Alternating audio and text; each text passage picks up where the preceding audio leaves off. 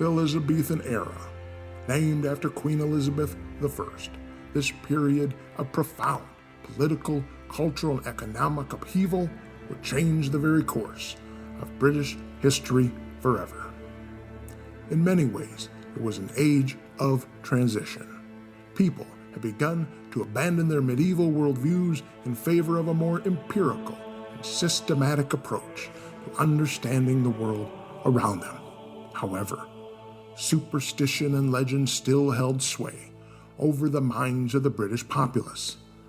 Amidst this backdrop, the newly burgeoning study of natural philosophies, as science was known in those days, pushed back relentlessly against what it believed to be a primitive reverence for witchcraft, omens, folklore, and fairies. For a moment, it seemed that perhaps an age of enlightenment might emerge from this fray. That is, until, with a crash of thunder, the doors of St. Mary's Church located in Bungay, Suffolk, England blew open. And in bound the devil himself.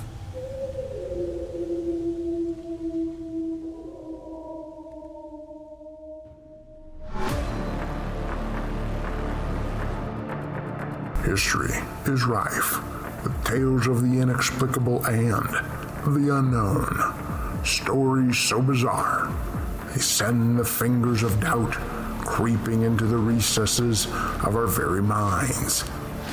Join us as we investigate.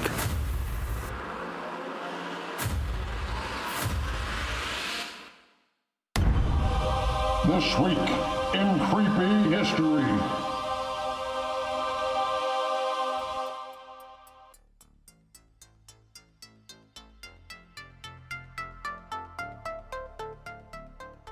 Hi, I'm Laura Kram, and welcome to Season 1, Episode 3 of the Creepy Acres podcast. This week in Creepy History.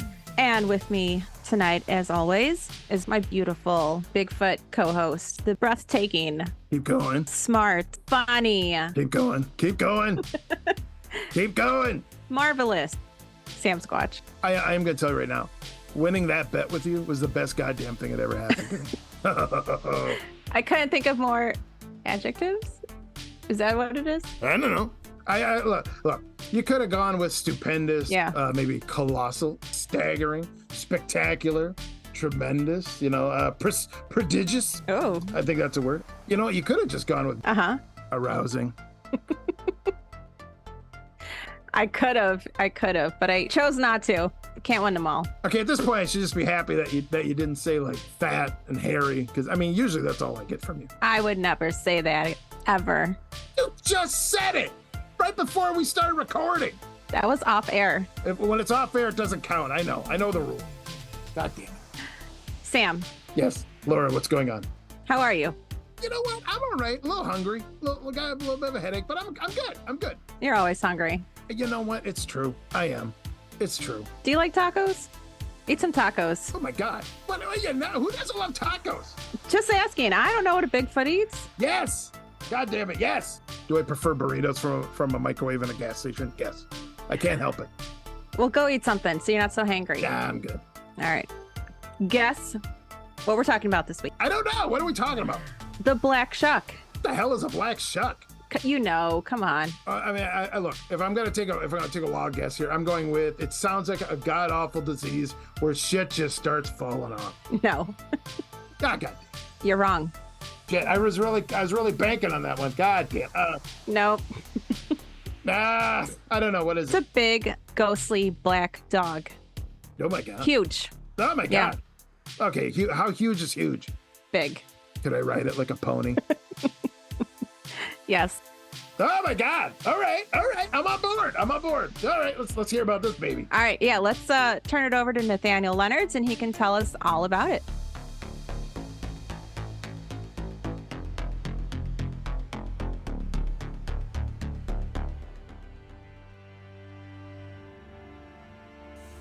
August 4th, 1577. While at first glance, some might mistake this day for a Thursday, it is important to remember that in 1577, the Gregorian calendar The current device used to measure the solar year was not yet in use in Britain. In fact, it would not be implemented for another 175 years. Instead, England observed the Julian calendar, which had been established by Julius Caesar himself 1,622 years prior, in 46 BC. It is because of this that August 4th, 1577 was in fact a Sunday.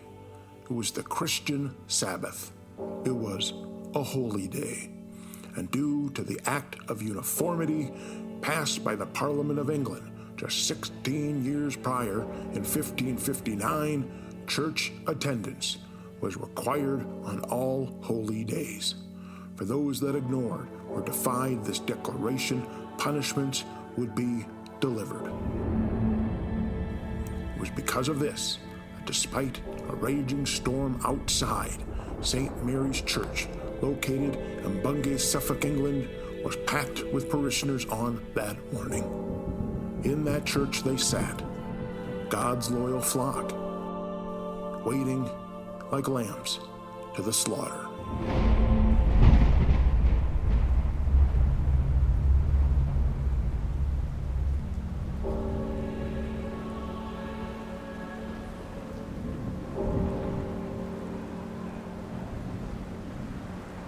It was between 9 and 10 a.m., and a massive storm had enveloped the entirety of Suffolk, England. As the tempest rages, rain falls in astonishing abundance with the ferocity of a hurricane. Lightning rips across the sky as a cacophony of thunder and wind shakes the heavens and earth alike. Despite being the house of the Almighty himself, the sheer, raw power of nature's fury in its full display leaves the congregation gathered there in St. Mary's Church terrified. Unprepared for the almost unnatural speed at which the storm plunged the skies over their village into utter darkness, candles go unlit, and the cavernous interior of the church is left to be illuminated solely by the flashes of lightning. Despite all of this, the minister pushes on with his sermon.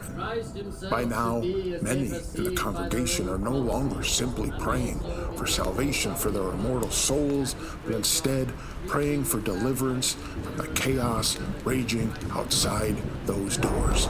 To many, it appears as if it is the end of days. And then it happens. Just as the minister reaches the second lesson of his sermon, there comes an ear-shattering clap of thunder.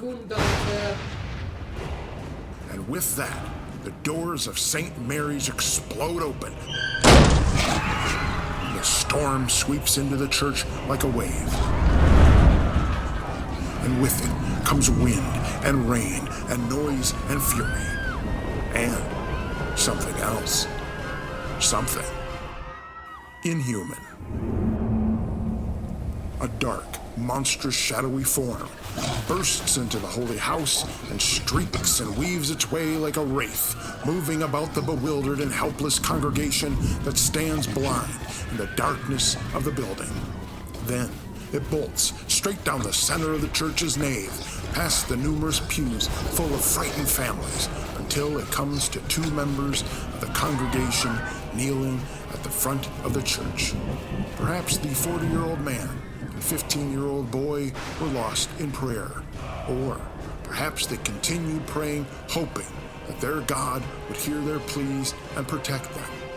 Either way, the people of Bungay watch in helpless horror as the scene unfolds before them, revealed in the strobe of lightning that sporadically illuminates the holy house in fearful flashes of fire.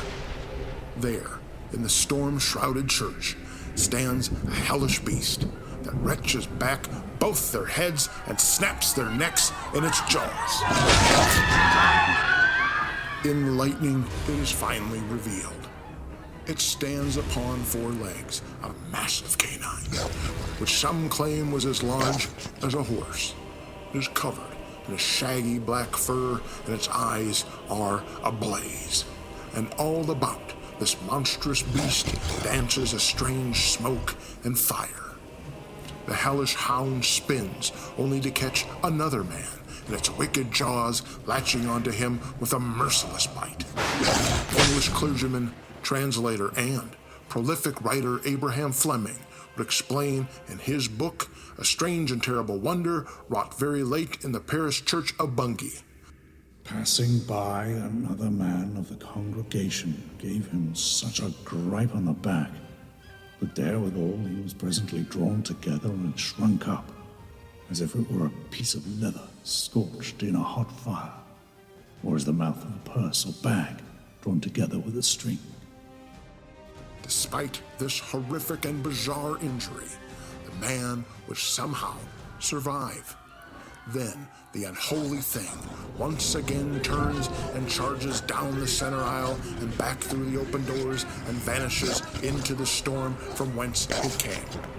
However, in a seemingly final act of malicious spite, as the hellish beast storms out of the building, into the rain and into the fury, lightning strikes St. Mary's steeple, causing the spire, or perhaps the steeple in its entirety, to topple and collapse through the roof and into the church itself.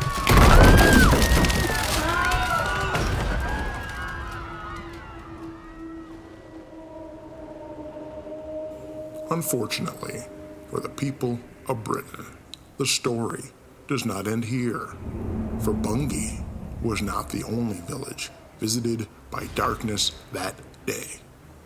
Just 12 miles to the south, in Blythburough, or as it is known to some locals, Blythburough, others had gathered for their Sunday sermon as well, there at the Holy Trinity Church, a massive cathedral that rose from the marshy landscape that the village was built upon.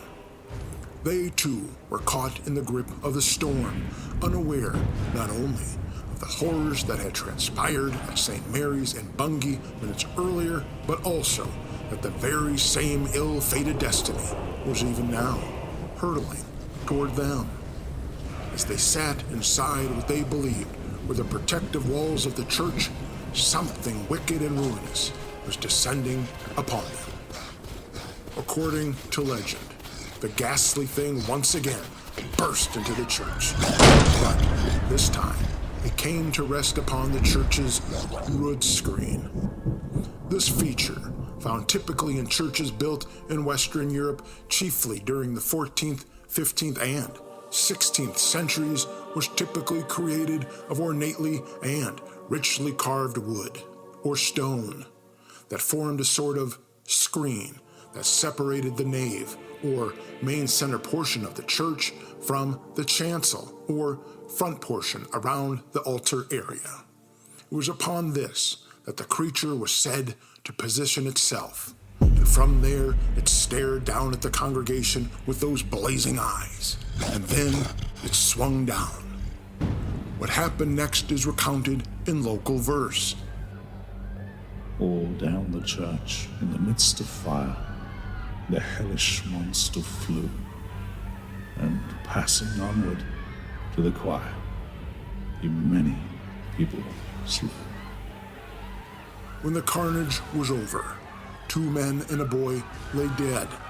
Others in the church would suffer mysterious burns, as if the demonic beast's very presence were somehow linked directly to the fires of Hades themselves. Then, once again, it took flight and bolted from the church, crashing through the northern door and back into the raging tempest.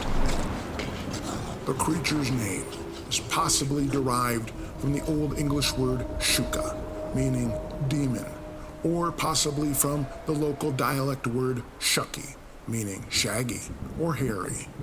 Either way, the beastly thing would be dubbed Black Shuck. However, many would claim it wasn't a beast at all, but rather the devil himself.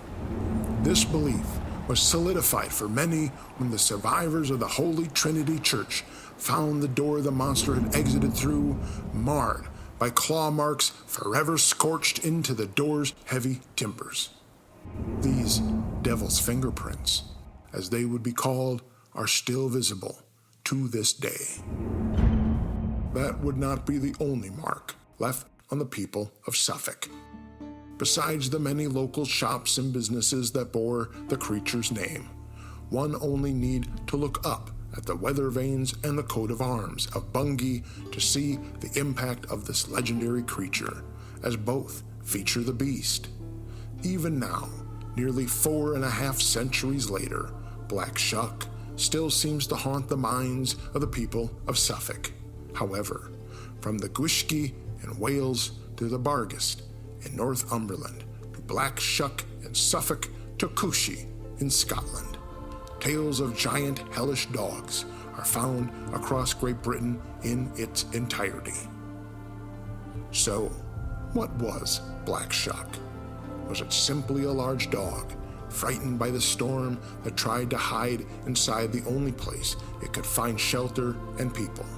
But in its fear, it lashed out at those around it. Or was it something dark and malevolent that was set upon the town as some form of hellish or perhaps even divine retribution? Or was it something else entirely?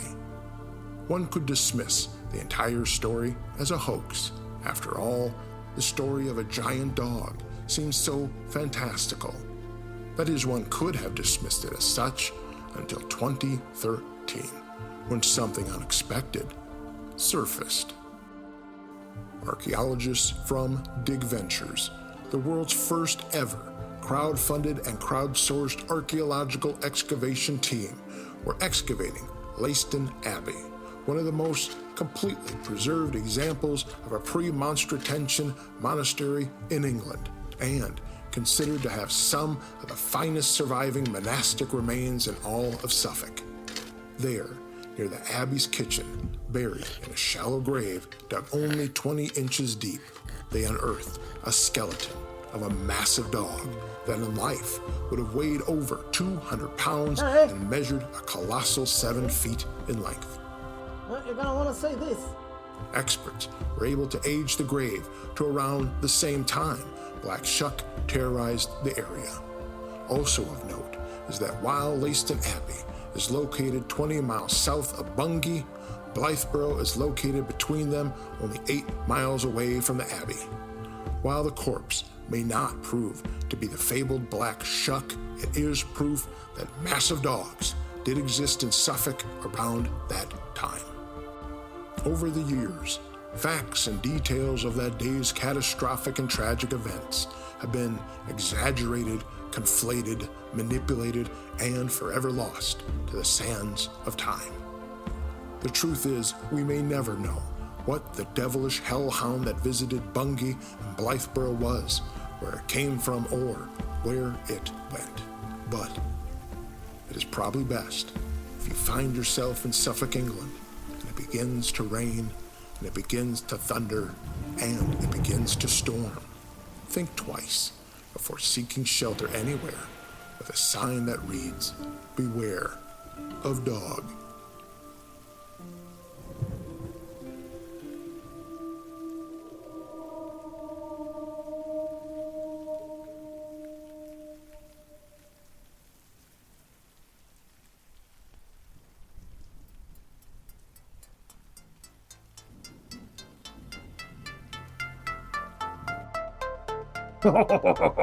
Oh my God. Whoa. That is horrific. Holy hell.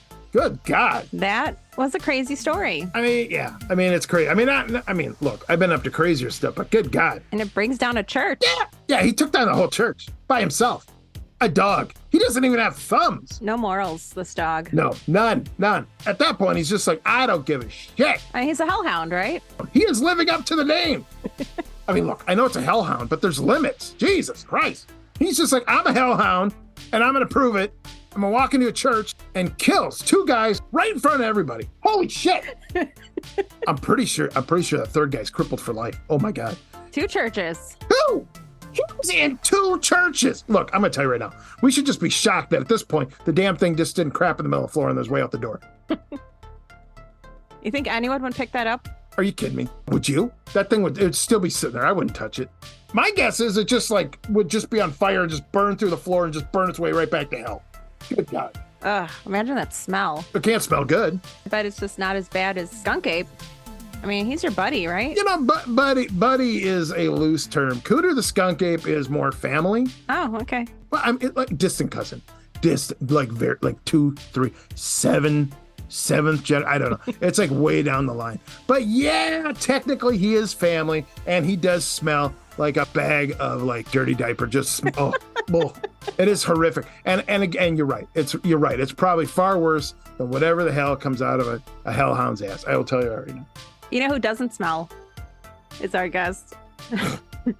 Jesus Christ, that's what you went with. I'm going to tell you, as far as transitions go, I'm giving that one a solid 8. Sam. Yes, Laura, what's going on? Guess who our guest is this week? I have no idea. It is author and podcaster, Andy McGrath. Ooh, Andy McGrath. Yes. Oh my God, Andy McGrath. Okay, so Andy McGrath, author of Beasts of the World, Volume 1, Hairy Humanoids, and Beasts of Britain. Yes. That Andy McGrath. Andy McGrath. And what's his podcast title? Beastly Theories. Yes.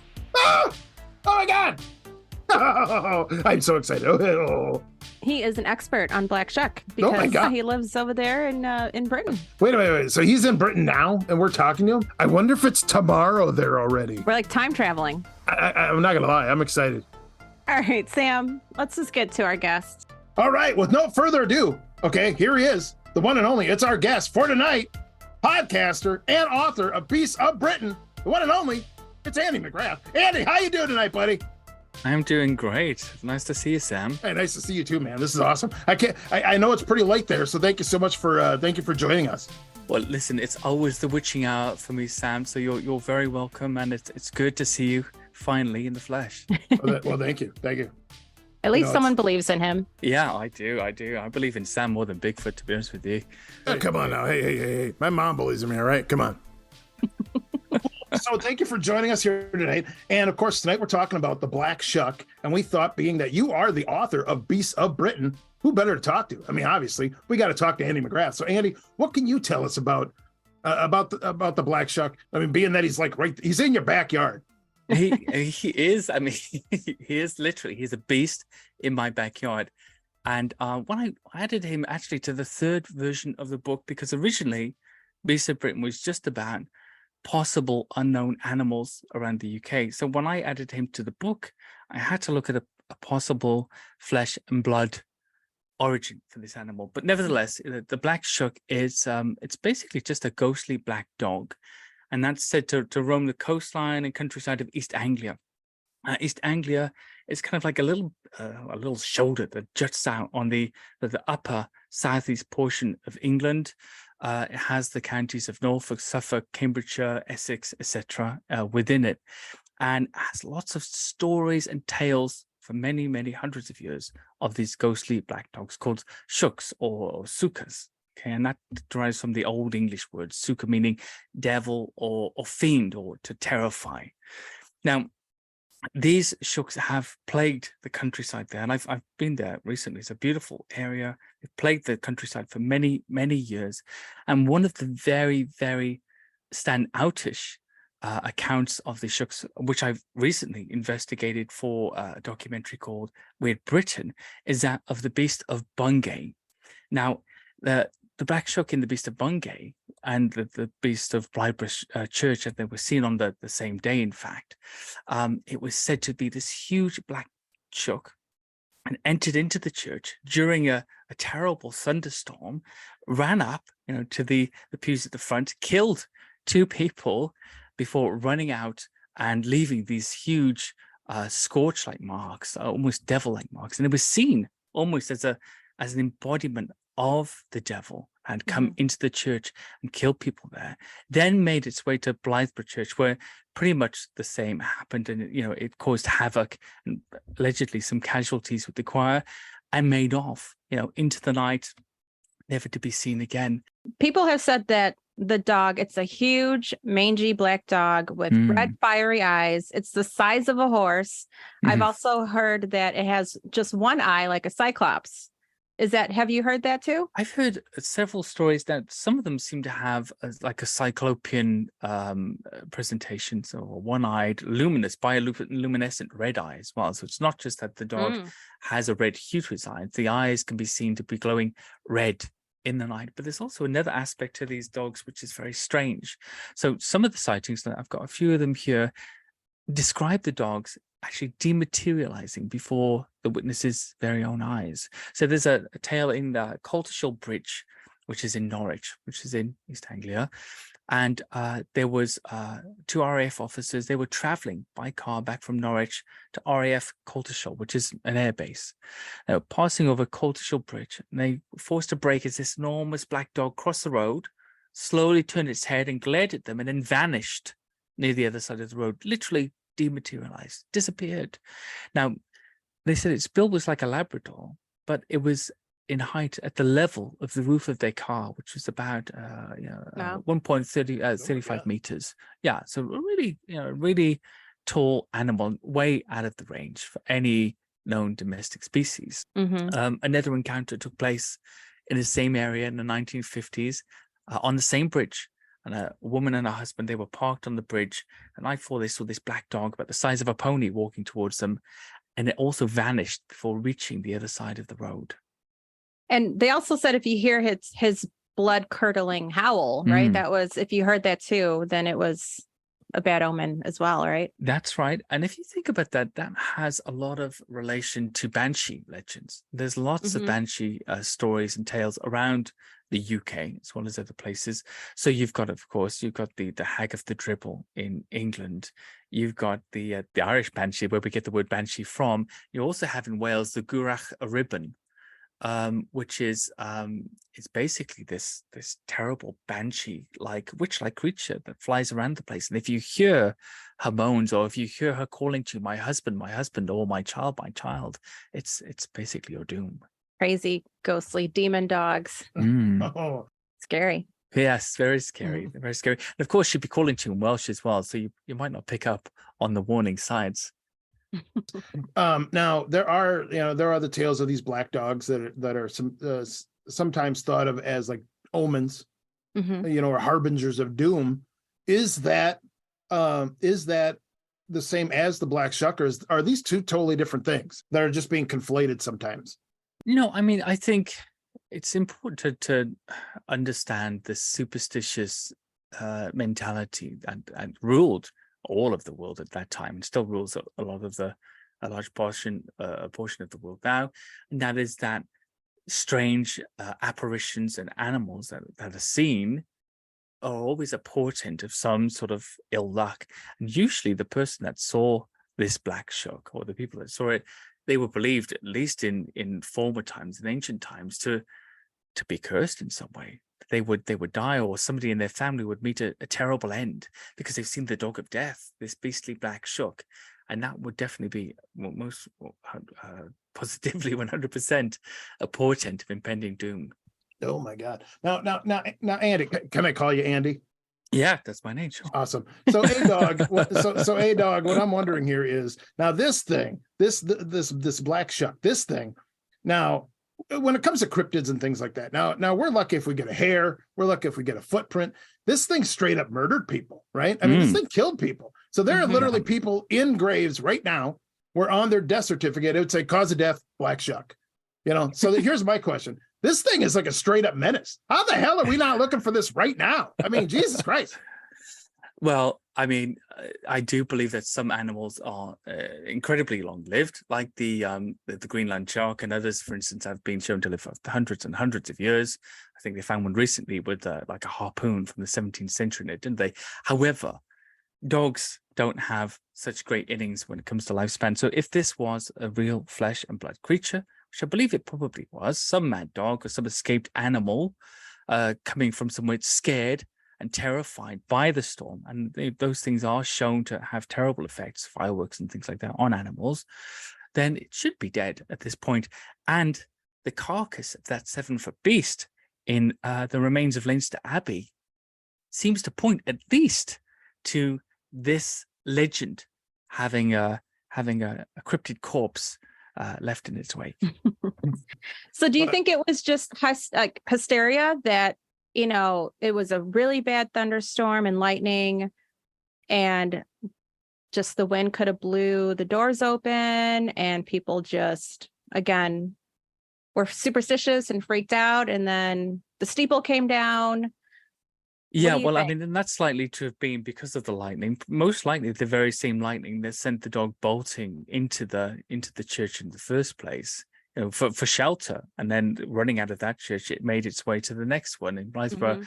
I think it's more than likely. And with all of these things, I mean, I love cryptozoology, I love the paranormal and mysteries. We've always got to look for possible flesh and blood explanations, because life is mostly explained by those types of situations, those types of phenomena. So just out of curiosity, so between the two churches where this happened, what is the distance between those? Like, what are we talking here? Like, could a dog potentially actually run like between those spots? Yeah, absolutely. I think there's just a couple of miles between those two churches. I traveled between them by car. I think it's a few miles. It's not far at all. Especially not for a demon dog, inhabited by the forces of hell and burning fire in its wake, traveling through the countryside. Well, and plus it's already shock and awe. Yeah. It's already being powered by two souls, it's claimed. So, Yeah, to get those souls in there, it really picks up speed. Yeah, it does. I mean, if something like that runs into a church, runs right to the front and murders you right in front of Jesus, doesn't even care. I can see where people would be like, he had it coming, right? I mean, you got to write that off as that was something supernatural, because that is crazy. I mean, that just doesn't happen in the natural world, or that's what they have to tell themselves, because otherwise the alternative is terrifying. That could happen any day, at any time. But Sam, I mean, you're right. It certainly could happen, but I just have a few ideas on it. One, could it have been a wolf-dog hybrid? During that time, there were still wolves in Britain during that time, although they were quite rare. Could they have been breeding with some of the local dogs and been living out in the countryside, and again being scared and come in and those instincts took over, maybe brought on by the screams of the parishioners, or even attacks from the people inside the church trying to get rid of the animal? Or could it be some sort of extinct Miocene megafauna, which is a long shot, but there's the Epicenion hydeni, this giant wolf that used to be native to North America and other parts of the world, that used to stand at 3 foot tall over the shoulder at the shoulders. So that's almost the size of an African lion, which this beast is said to be in some of the reports as well. So I think it's definitely a possibility, although most of these things do seem to fall into the supernatural spectre, the demon dogs or the hellhound category. And if they're real,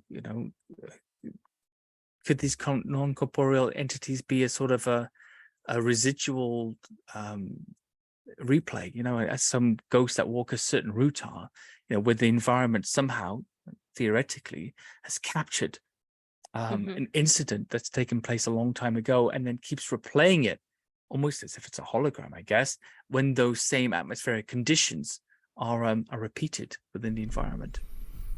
So, Andy, answer me this. How do we know we're not dealing with some sort of like Cujo, Elizabethan era sort of situation here? Just some local farmer's dog, gets rabies, and just goes to town on everybody. You know what I'm saying? And meanwhile, everyone's like, "Hey, Jimmy, your goddamn dog's killing everyone down the church, you dumb son of a bitch." How do we know it's in a situation like that? This area as well, this part of Suffolk, I've been there. It's even now, it's really, really rural. It's very small, has a small population. During that time, during the 1500s, if this dog had been owned by a local in some way, everybody would have known about it. There would be no way to hide ownership of such an animal. So in one way, you have to wonder, could it have been something else? And if it was a monster imposter, a lot of the dimensions described do look like a large Irish wolfhound.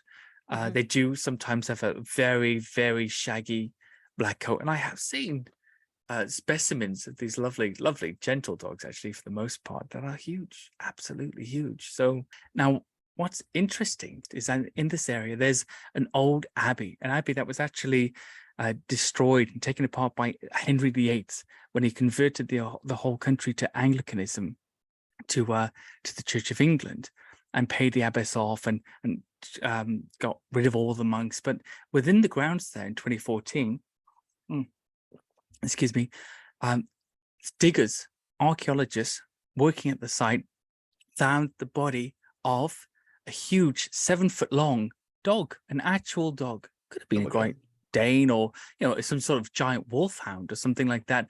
Nevertheless, the body was taken off site by the diggers, taken away for DNA analysis. And to this date, they've never come back with any results to show us what type of species this was.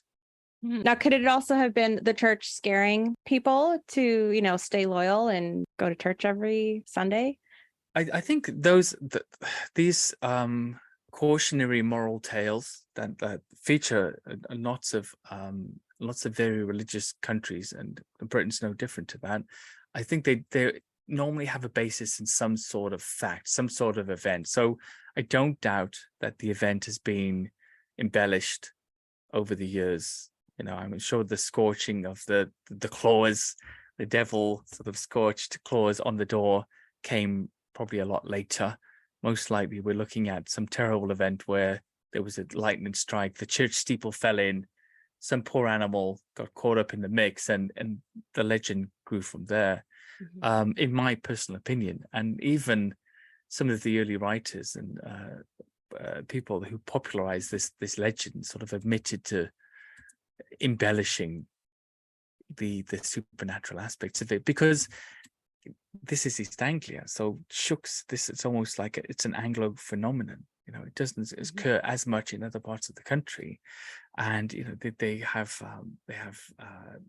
similar animals in Scandinavia, and the Vikings. They would have the snarly owls and other bits and pieces like that. So it's clearly. And it's well within what would have been the Danelaw in the old days, when the Vikings had it on top of the Angles. It's clearly very Germanic influenced and Scandinavian influenced supernatural beast. And what interests me about that is you find almost a cutoff in some ways for the popularity of these sightings outside of that area they once would have ruled in Britain. And it's not known as much in the Celtic areas. So it's a strange thing. You find that all over the world.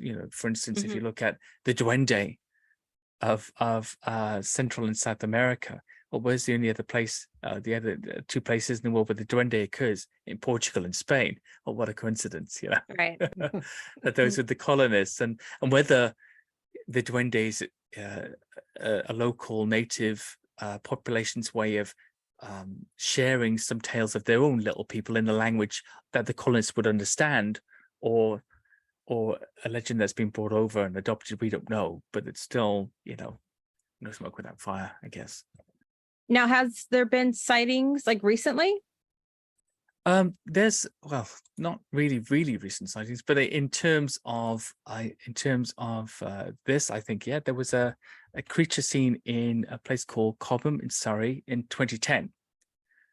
So somebody had gone for a walk on the common there, on Cobham Common, Longcross Common, and they saw this large black canine on all fours walk out of the tree line, sniffing the ground in the air. And so it's really, really huge in build, had this dense black coat of hair and fur, large pointed ears. But the people that saw it, they couldn't describe the species. They'd never seen a dog like that or behave like that, about 3 foot plus in height at the shoulder. So that was quite an interesting sighting. Again, further back in 1972 in Galston, there was a report in the Eastern Daily Press from a Coast Guard, a man called Graham Grant, and he was at the rescue headquarters early one morning, and he saw this strange thing. So he looked out, and about 4:45 a.m. daybreak, April 19th, he sees this large black hound on the beach. It's about a quarter of a mile north of the lookout, And he's confused because he's looking at something that's running and stopping as if it's looking for someone. But as he's watching it, 3, 4, 5 minutes, it suddenly vanishes before his eyes. Oh. And he doesn't see it again. And he says, the beach was completely flat. There was no hills. There were no sand dunes. There was nowhere for the beast to go. And it didn't disappear from sight. It just dematerialized right before him. Oh, that's so creepy. It's so creepy. Oh my God. So just out of curiosity, now the storm that night, or the storm that like, I believe that takes place in the morning at the church. Was there anything else remarkable about that storm? Or, I mean, like, in the sense of, like, I mean, was it a hurricane, or was it, I mean, like, because everyone was in the church, like, hiding, weren't they? We don't really get hurricanes. We do get little squalls, but this was a very, very fierce storm. And remember, this is a very rural area. So there's thunder and lightning. You don't want to be outside. Basically, you want to be inside. And regardless of that, this is on a morning, people would be at the church because it would be probably a church service that's happening right there. Now, in this area, actually, there's a great festival that happens called the Black Shuck Festival, which I'll be attending this year on the 4th and 5th of August, where they dress up as the black dog, and they recreate the whole activity, and they go into the churches. They go into St. Mary's Church in Bungay, and they go to Blythburough Church, where the beast was trapped and where its claw marks are supposed to be, burned into the surface of the door. And that can be seen to this day. And they reenact the whole thing, and the whole town takes part. There's art, there's music, there's people dressed as the dog, going in and attacking the church, so to speak, I think, and people fighting it off. And it's really, really amazing. As to whether there was a reason for them being in the church or not, I would assume, and I don't know this for sure, that it was probably during a service that this happened, that they weren't taking shelter. They weren't taking shelter there. They were just they were service. they were at the church during the service. Yeah. So just out of curiosity, the festival they had with the reenactment stuff. I mean, do they go so far as, like, I mean, they draw on straws and, like, figure out who's going to get killed by a Black Shuck? I mean, do they, I'm just saying. I'm wondering, do they, like, Hunger Games this? I don't think it's a Hunger or Squid Games kind of thing. We're still English. We're still civilized, and it's nothing like the Wicker Man. I mean, contrary to popular belief, we don't do like they do up in the Western Isles in Scotland and sacrifice our guests. I think it's nothing like that happens. And it's a shame because, I'm sure in this day and age, there's always somebody deserving, right?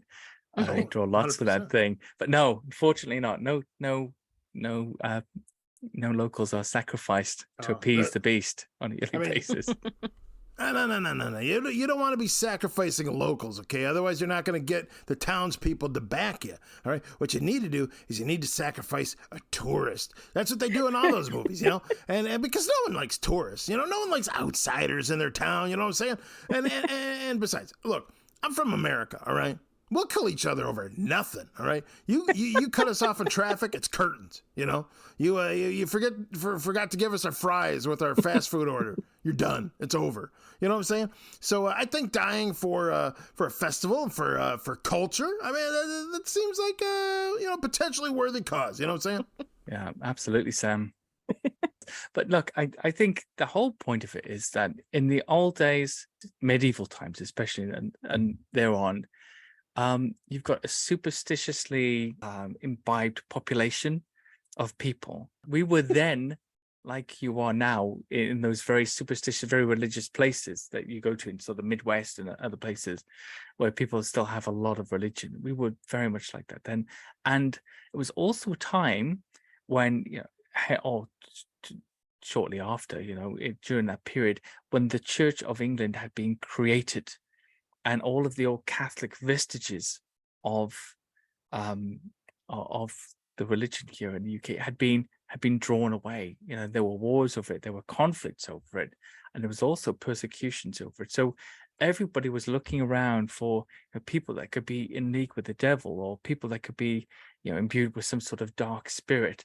And these mythical things that perhaps had a bit more sway in the early 500s to 600s had come back into the vernacular again, and people were worried about them. So I think it's very natural that we would have explained away some crazy circumstance, some terrible misfortune. Imagine you're God's flock, you're worshiping in his church, and the roof collapses on you right after a dog bursts in a thunderstorm and kills 2 of your congregation, and goes and does the same thing a few miles down the road. What did we do wrong? Misfortune was a punishment from above. So I think that's really wrapped up in this, in this superstition with this animal. It was an omen, a bad omen. And if you were killed by it, like these people certainly seem to have been, then it was because you did something terrible and deserved it. So we do have more recent sightings, but do you think that now has been taken over by the big black cat sightings that seems to be happening all over? Or are they not even related? Or did one just kind of surpass the other? There's theories about the black cats as well. Now, the Black Shuck sightings, realistically, there have not been regular sightings for hundreds of years. It's an old folk tale, it's a legend, and has some modern appearances, but few and far between, which is why I wondered about this residual haunting theory, in the sense of something is captured that happened in real life, and it was only theoretical, and is replayed almost like a hologram when those atmospheric conditions, almost like a pinhole camera, are recreated in the same place again, which would perhaps account for the apparitions dematerializing as well, because it's walked offset, so to speak. So could that be an idea about it? Whereas with the black cats, we have an origination point. It's 1976, Dangerous Wild Animals Act is introduced into Britain because people are keeping pumas and leopards and crocodiles and all kinds of things in their sheds and on their farms, just wandering around. People are walking lions down Oxford Street, and for real, and you could buy a lion in Harrods in London, in the 70s, and or keeping them in their flats, and it's getting out of hand. So we introduced this law, 1976. You gotta have these really huge enclosures for these animals. They have to be air conditioned. There has to be room to run around. Excuse me, and there has to be all of these stipulations, expensive care stipulations put into place. But what we don't do is introduce a law that says you can't let them go, or that they have to be rehoused somewhere. We don't give them any help to rehouse them if they can't keep them any longer. Lots of people admit years later to having let them go.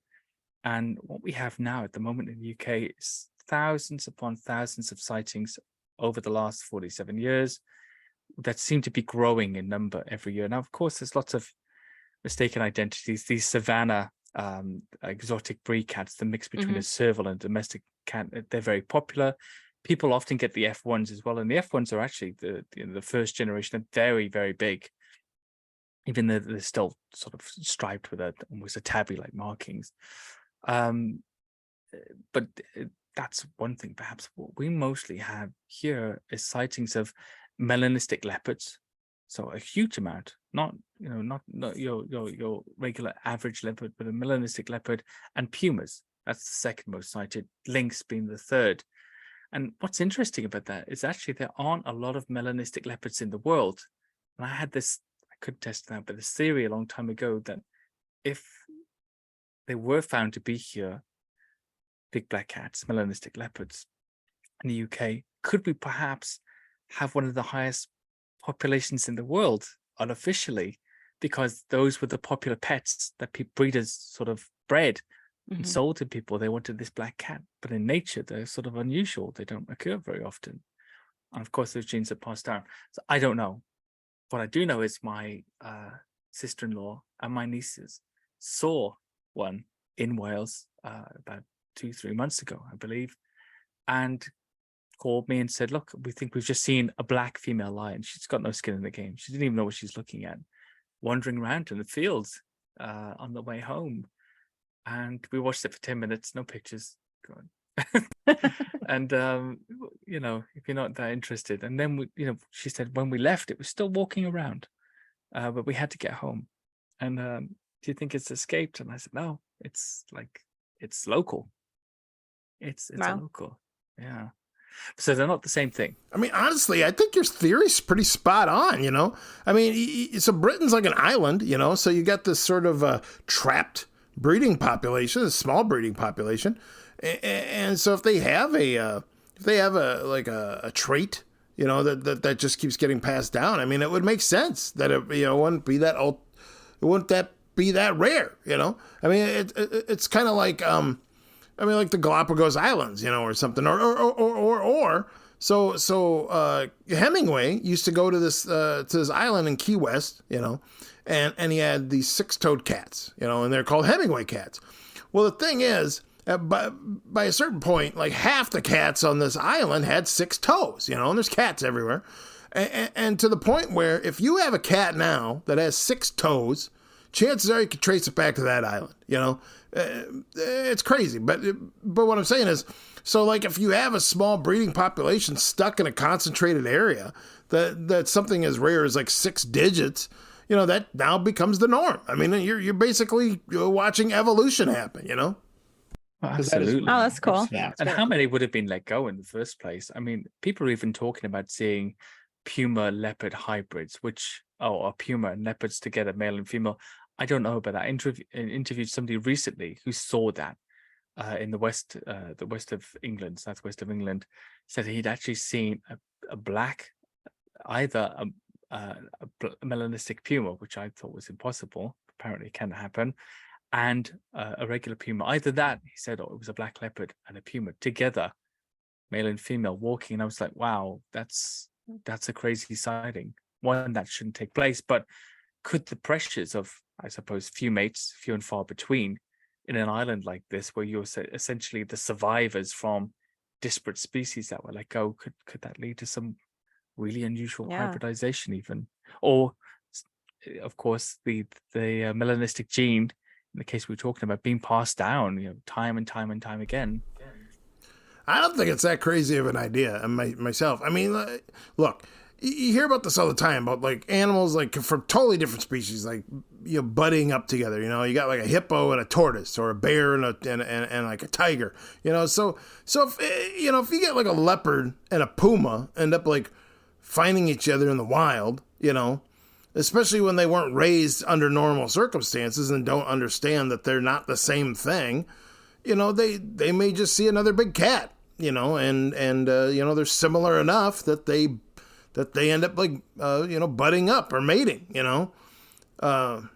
So I look, I've seen Rottweiler Chihuahua hybrids. All right. So like shit, I mean, Christ, it's all fair game. It's a really strange thing. I mean, when I first wrote that Beast of Britain book, even the third version recently, I just keep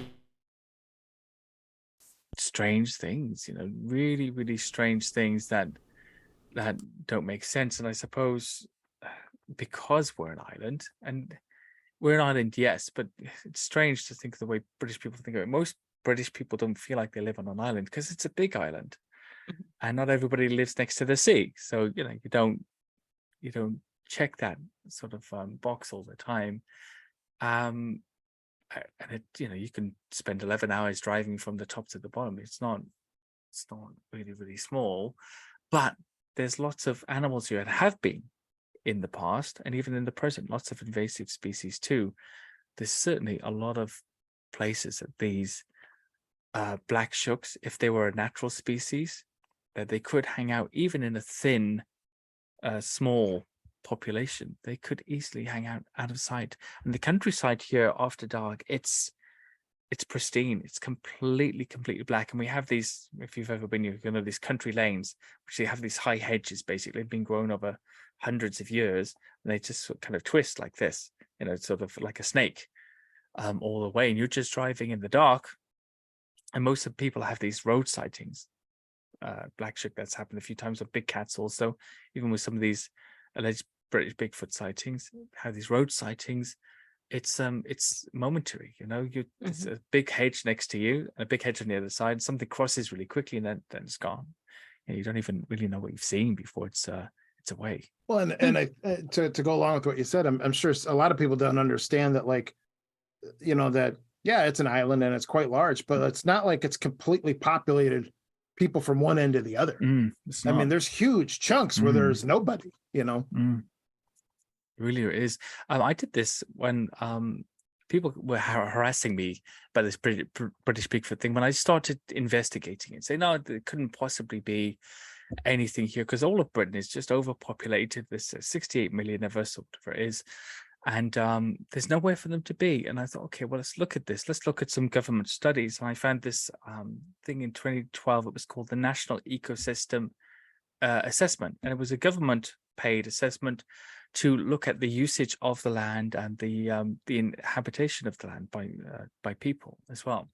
So they found that overall 6.8%, only 6.8% of the entirety of Britain, that's the island of Britain, was urban sprawl. So that's population centres plus motorways and rural settlements. Excuse me, sorry. So that's for 68 million people. We're inhabiting 6.8% of the land. Now in England, Wow. it's really, really highly populated. That's about 10.6% of England. I think it was 4.6% of Wales. Scotland, 1.9% of the entire landmass was populated. Wow. That's it. And that's my experience whenever I go to Scotland. There's just nobody there, Yeah. basically. And that's what it's like. So when we get outside of our little cities, we get out into the countryside, which I do quite regularly, you're suddenly faced with the prospect of, okay, it doesn't mean something is here, but something could be, and we would miss it. That's the point. Now, do you think you're going to see a black shuck, Andy? I don't know. I'm pretty terrified of dogs anyway, and they know it. So I've seen plenty of like terrifying black dogs, and I live in an area that's full of sort of yummies as well. So they treat their dogs like kids. So they're not really strict with them. So they're off the leash, and wouldn't hurt a fly until you're that fly.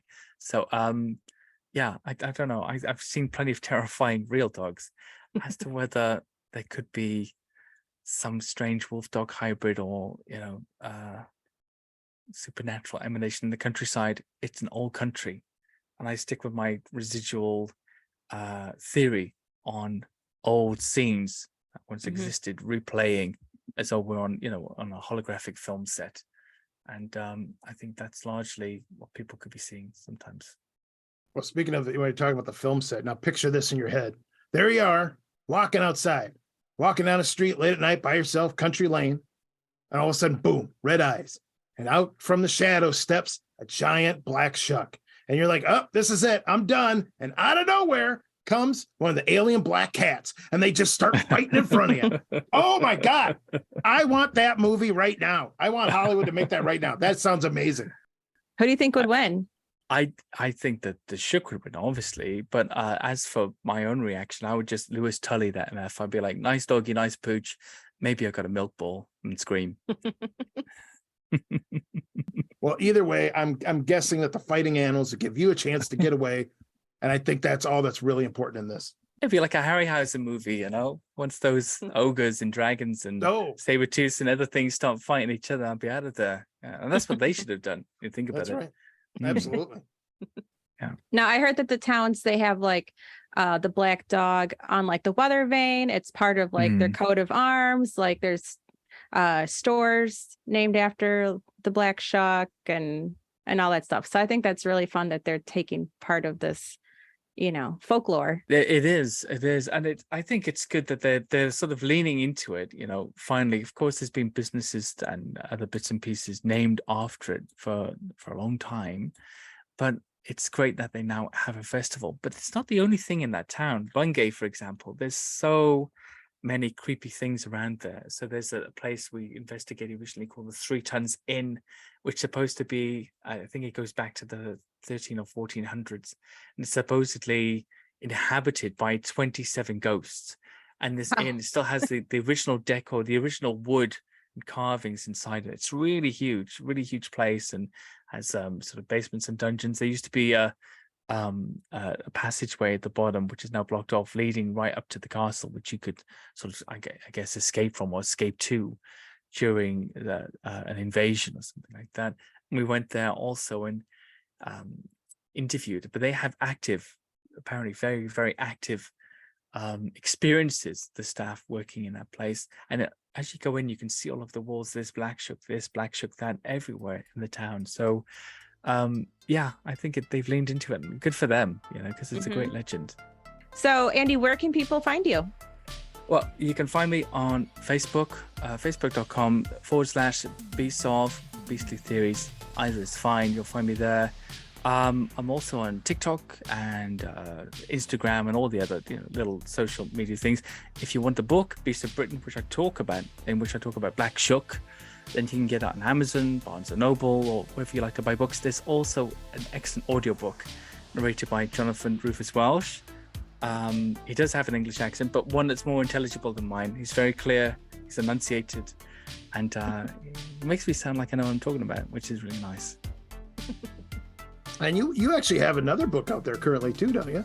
Yep, it's called Hairy Humanoids. It's part of the Beast of the World series. The first one is Hairy Humanoids, and that talks about different Bigfoot type legends around the world, speculates on the possibility of there being more than one species. Not my own theory, but what I sort of subscribe to, the ape man type, the wild man type, the Littlefoots, the ape type, and looks at these reports all around the world and just breaks them down. So the nice thing about that book, and there's an audio book of that too, is you can just jump in at any creature that you want along the way. Just read about that, put it down, and pick it up on a different day and go to a different bit, and it'll give you an overview. It'll give you the etymology of the name. It'll look at evidence, sightings, and theories about it, and give you the whole background to what it looks like, where it's supposed to live. So it's always kind of like, I don't know, sort of like a Top Trumps sort of version of cryptids, Dungeons and Dragons. You've got its powers, you've got its features, and what it can do, where it lives. And that's nice. And even when I occasionally go back and leaf through a book, I just simply pick up the book and look at, some cryptid that I like for that particular day. Yeah. And the interesting thing about that book, and correct me if I'm wrong here, but if I'm not mistaken, Bigfoot actually is not in the book. Yeah, because, you've got the book, of course. Oh, I've read it. Yes, I have read it. But there's a reason for that. Okay, and the reason is this: that Bigfoot was in the book, and he does appear in the book at the end as a sort of a summary as to why he's not in the book, which is strange. And in the section called Bigfoot on the Brain, which is my ode, it's my shout out to my brethren in the Finding Bigfoot team. And I think that's it's a phrase that always stuck with me. I love that phrase, and I use it when I'm taking sightings. Got to look at that aspect. So in the book, the whole point was this: is that I want to look at reports all around the world and investigate those in a sort of an objective way. What are the main theories surrounding these? What's the main evidence? Bigfoot is a subject, the North American Bigfoot is a subject all of its own. It's huge, and you could write several books just on the sightings and the evidence and the theories, and then spend the next 5 years fighting people who disagree with you. And I just thought, don't do it, or at least don't do it yet. You can't give it the attention it deserves. It needs a proper book. So maybe I'll do that. I do say in the book I'm going to write a book about it. But after doing that, I then pen outlines for like 4, 5, 6, 7 other books. There's about 10 I've got in my inbox at the moment that I really want to work on. But it's just slow going, I guess. So no Bigfoot in that book. Sorry to say. I was not insulted by that. I was not insulted by the fact Bigfoot did not appear in there, because you said it was a topic that deserved its own book. And I'm like, you know what? This guy gets it. He gets me. He understands me. Absolutely. I mean, Sam's not going to take this shit. I'm going to make sure that it gets its own book with him on a cover. And yeah, absolutely. He's not going to put up with that. Yeah, you know how hard it would be for me to actually get to you? I mean, my God. That's all I'm saying. I mean, it's like, not that I would try, but it would be almost impossible for me to get to you. You can really do anything you want at this point. But I mean, just so you know, like, you weren't in danger because I wasn't insulted at all. Well, I appreciate that, Sam. And I'm not one of them, protected up from up on high, but the Prince of Darkness types. I'm pretty accessible. And even if somebody wants to get me, I've kind of got no defense for that. But, Unless I can mail myself to you, there ain't much I can do. I'm not getting to you. I'm not going to be sitting in first class anytime soon. You know what I'm saying? Oh, Sam. Well, Andy, thank you so much for being on the show. This has been fun and interesting, and I hope I don't run into any Black Shucks. So thank you again. Well, yeah, thank you, Laura. It's great to meet you finally, as well as and your good friend Sam, to see him in the flesh. And yeah, cheers for having me on. It's been awesome. Yes, thank you. It's been a lot of fun, man. Thanks for talking to us. Bye, Sam. Bye, Laura. Bye. You know what? I think that went pretty well. I like Andy. He is knowledgeable and just a very nice guy. He really is a nice guy. You know what? I'm just gonna say right now, like, he's not here or anything, but I swear, I could tell you right now that man smells like hugs. Hugs. I was going with tea, but well, yeah, I mean, obviously, tea and crumpets. 100%. But hugs, goddamn it. I'm talking about. Well, okay. You know what? Yes. I really think this is going pretty well. This is only our third time out. I don't want to say that we've pretty much nailed this shit, but I think we're nailing this shit. You know? We are. You know what? We get along. Okay. Yeah, I'd say better than some. But I you know what? Could be worse. It could be worse. Could be better. Well, I'll tell you right now, there's guys in prison cells that don't get along as well as we do. They're just shanking the shit out of each other right now. So I think we're doing all right. We set the bar pretty low. We really do. God damn it, we do. We really do. But you know what? We're making it work. Yeah, we're like two peas in a podcast. Yeah. You know what? Hey, I think we should celebrate. Let's get the hell out of here. Why don't you do the outro? Let's get out of here. And you know what? I want some tacos now that we talked about it. Yes. A good chicken taco. Well, I can't go there with you. Good God. Ugh. But you know what? I am willing to do tacos. The chicken part is disgusting, but I will absolutely do tacos with you. And I think there's actually a taco truck just around the corner. All right, let's go. Hey, you do the outro. Let's go. All right. Be sure to follow us at creepyacres.com. We're also on Facebook, Instagram, YouTube, Threads, Twitter, and you can always buy merch at tpublic.com. Hey, thanks for listening, everybody. And as always, hey, keep it creepy.